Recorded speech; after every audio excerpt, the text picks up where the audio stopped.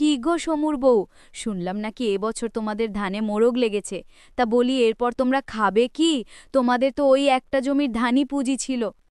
আগের চাষির পুরনো চাল কিছু আছে, কয়েকটা দিন ওটা দিয়ে কষ্ট করে চালাবো, তারপর ভগবান যা ঠিক করবেন তাই হবে।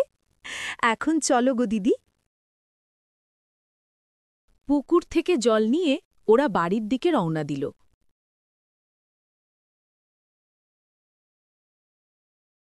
কিছুটা যাওয়ার পর একটা শুকনো হয়ে যাওয়া অর্ধেক মরা আম গাছ বাণীর চোখে পড়ে, আর ওটা দেখে ও দাঁড়িয়ে যায়। কি হলো, তুমি আবার দাঁড়িয়ে পড়লে কেন? বাণী কলসিটা মাটিতে রেখে আমগাছটার দিকে এগোতে লাগল। দেখো দিদি, আমগাছটা জলের অভাবে কেমন প্রায় শুকিয়ে গেছে। দাঁড়াও, আমি বরং গাছটা তুলে নিয়ে গিয়ে বাড়িতে লাগাই। জল পেলে যদি গাছটা বেঁচে যায়। আর এখানে গরু ছাগলে ওর পাতাগুলো একেবারে নষ্ট করে দিচ্ছে। তোমার যত আধিক খেতা, এমনি ওই আমগাছ কদিন পরে মরবে। সে তুমি জলই দাও আর যাই দাও। যাই হোক, আমি বাড়ি গেলাম বাপু। ওসব ফালতু কাজের জন্য আমি আবার দাঁড়িয়ে দাঁড়িয়ে সময় নষ্ট করতে পারবো না। বাণী ওখান থেকে ওই আমগাছটা তুলে ওর বাড়িতে নিয়ে আসে, আর ওর বাড়ির পাশে যে ফাঁকা জায়গাটা আছে ওখানে পুঁতে দেয়।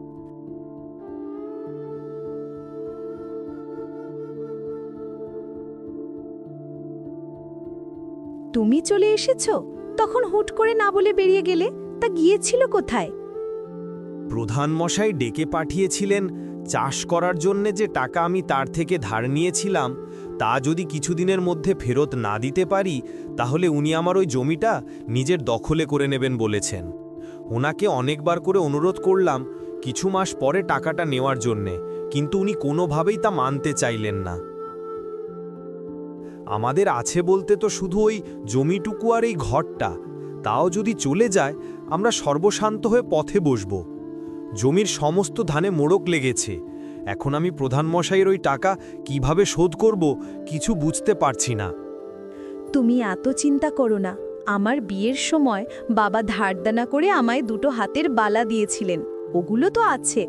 অবশ্য বালাগুলো বেচলে খুব বেশি টাকা আসবে বলে মনে হয় না, কিন্তু আমি নিজে প্রধানমশাইয়ের বাড়ি গিয়ে ওনাকে বলবো যে যতদিন না আমরা তার টাকা শোধ দিতে পারি ততদিন যেন উনি আমার বালাগুলো ওনার কাছে বন্ধক রাখেন। তারপর সবই ভগবানের হাতে। তুমি দেখো, ভগবান ঠিক একটা পথ দেখাবে আমাদের। দরকার পড়লে ওই জমিই আমি বন্ধক রাখব প্রধানমশাইয়ের কাছে, তাও তোমার বাবার দেওয়া শেষ স্মৃতিটুকু নষ্ট হতে দেব না।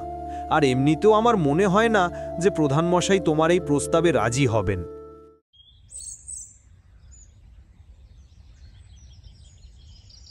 বাণী প্রতিদিন সকালে ঘুম থেকে উঠে সবার প্রথমে ওই আম গাছটাতে জল দেয়, আর সেদিন সে জল দিতে গিয়ে দেখল ওই গাছটা একটা বড় আম ভর্তি গাছে পরিণত হয়ে গেছে।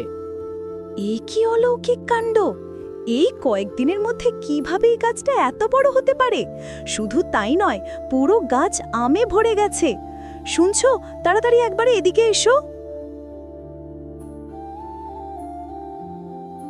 কি হয়েছে, ডাকছো কেন? আরে, এটা আমি কি দেখছি? এখানে তো কোনো গাছ ছিল না, তাহলে এই আম গাছটা এখানে কিভাবে এলো? তাও আবার এত বড় আমে ভরা গাছ। আম গাছ ছিল, কিন্তু এত বড় আর আম ভর্তি ছিল না। তোমায় আমি বলেছিলাম না যে ভগবান ঠিকই একটা পথ দেখাবে? হ্যাঁ বানি, তুমি ঠিকই বলেছিলে। এই যে তার চমৎকার ছাড়া আর কিছুই না। কাল থেকেই আমি এই আম নিয়ে গিয়ে বাজারে বিক্রি করব, আর ওই টাকা জমিয়ে সবার আগে প্রধানমশাইয়ের ধার শোধ করব। তাই করো। আর হ্যাঁ, বাজারে নিয়ে যাওয়ার আগে একটা আম আমায় দিও। কাল আম দিয়ে ডাল বানাবো, দুটো ভাত ডাল খেয়ে বাজারে যাবে। আচ্ছা, তাই হবে খন। কই গো বানি, এই নাও তোমার আম। হ্যাঁ দাও, ভাত প্রায় হয়েই গেছে, শুধু আমটা কেটে ডালগা রান্না করে তোমায় তাড়াতাড়ি খেতে দিয়ে দিচ্ছি। এই বলে বাণী আম নিয়ে রান্নাঘরে চলে যায়। আর আম কাটার পর যা দেখল তা দেখে ওর চোখ কপালে ওঠে। এ আমি কি দেখছি? আমের আটির জায়গায় এ যে এক সোনার আটি! শুনছ? তাড়াতাড়ি রান্নাঘরে এসো। দেখো দেখো, এই আমটা কাটার পর এর থেকে সোনার আটি বেরিয়েছে। কি বলছো তুমি? দাঁড়াও তো, বাকি আমগুলো নিয়ে আসি। নাও নাও বানি, তাড়াতাড়ি আরেকটা আম কাটো দেখি। হ্যাঁ হ্যাঁ, কাটছি কাটছি। আরে আরে, এতেও তো সোনার আটি। ওগো বানি, ভগবান শুধু আমাদের দিকে মুখ তুলে তাকাননি গো, বরং স্বয়ং প্রকট হয়েছেন। আমি কালই গিয়ে প্রধান মশাইয়ের সব টাকা ফেরত দিয়ে আসব। হ্যাঁ হ্যাঁ, তাই যেও।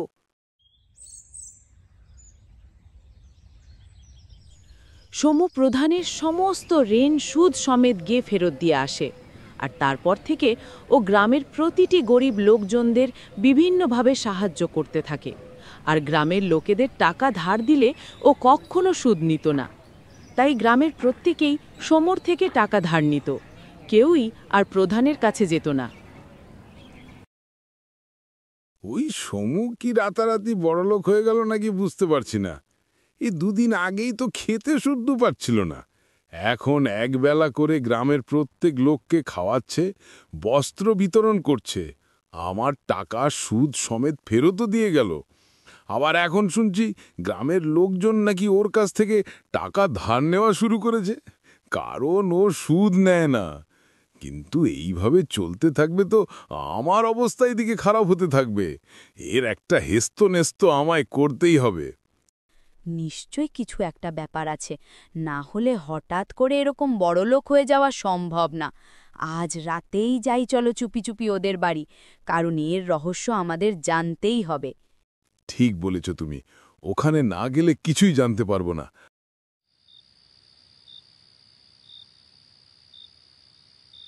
আর ওই দিন রাতে প্রধান আর তার স্ত্রী মিলে বাণীদের বাড়ি যায় তাদের হঠাৎ অর্থপ্রাপ্তির রহস্য উদ্ঘাটন করতে। ওরা চুপি চুপি বাড়ির মধ্যে প্রবেশ করে আর এদিক ওদিক তাকাতে থাকে। এখানে তো কিছুই দেখতে পাচ্ছি না। আমিও কিছু বুঝতে পারছি না। চুপ চুপ, ভেতরে ওরা কিছু একটা নিয়ে কথা বলছে।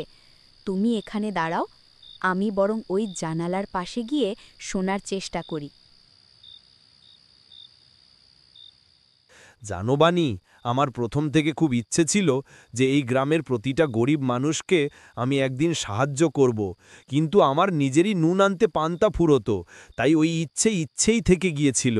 কিন্তু দেখো, আজ ভগবানের দান করা ওই আম গাছের সোনার আটির জন্যে আমার ইচ্ছে পূরণ হলো। আম গাছ? কোন আম গাছ? কোথায় আম গাছ? আরে এই তো এই আম গাছের কথাই তো সমু বলছিল।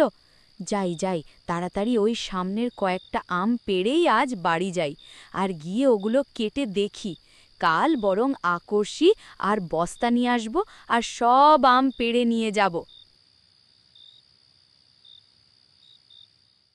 তাড়াতাড়ি ছুরিটা নিয়ে এসো, আমিও দেখতে চাই এর মধ্যে কি আছে। হ্যাঁ হ্যাঁ, আনছি। আর কাটা মাত্রই আমের ভেতর থেকে একটা মৌমাছি বেরিয়ে এলো। ওরে বাবারে, কে কোথায় আছিস? আমার বাঁচাও, এই যে একটা মৌমাছি। ওরে বাবা, পালা পালা! আর ওরা ভয়ে ওখান থেকে দৌড় দিল।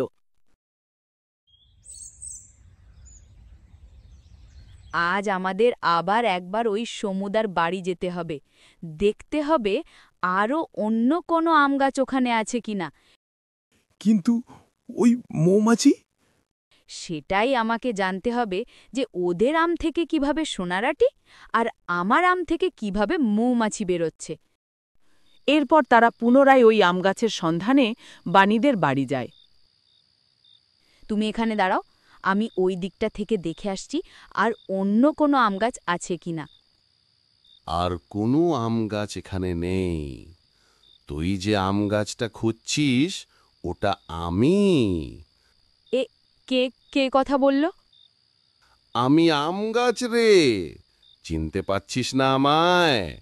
সেদিন পুকুর থেকে জল নিয়ে বাড়ি ফেরার পথে বাণী যখন আমাকে নিয়ে বাড়ি আসছিল, তখন কি যেন বলেছিলি তুই? তোমার যত আধিক খেতা, এমনি ওই আম গাছ কদিন পরে মরবে, সে তুমি জলই দাও আর যাই দাও।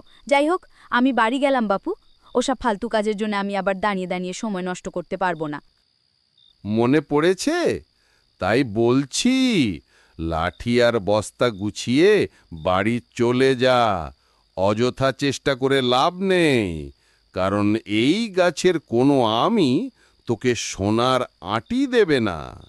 তাহলে ভাব, সোনার আঁটি যখন আম থেকে বেরোবে না, তাহলে তার পরিবর্তে কি বেরোতে পারে? আশা করি আমায় আর তা মনে করাতে হবে না। ওরে বাবা, না না, চলে যাচ্ছি, এক্ষুনি চলে যাচ্ছি।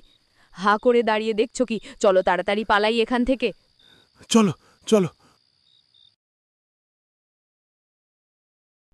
তাহলে অবশেষে আমরা এই সিদ্ধান্তে তো আসতেই পারি যে আমাদের কর্মই পারে আমাদের ভাগ্যকে নির্ধারণ করতে।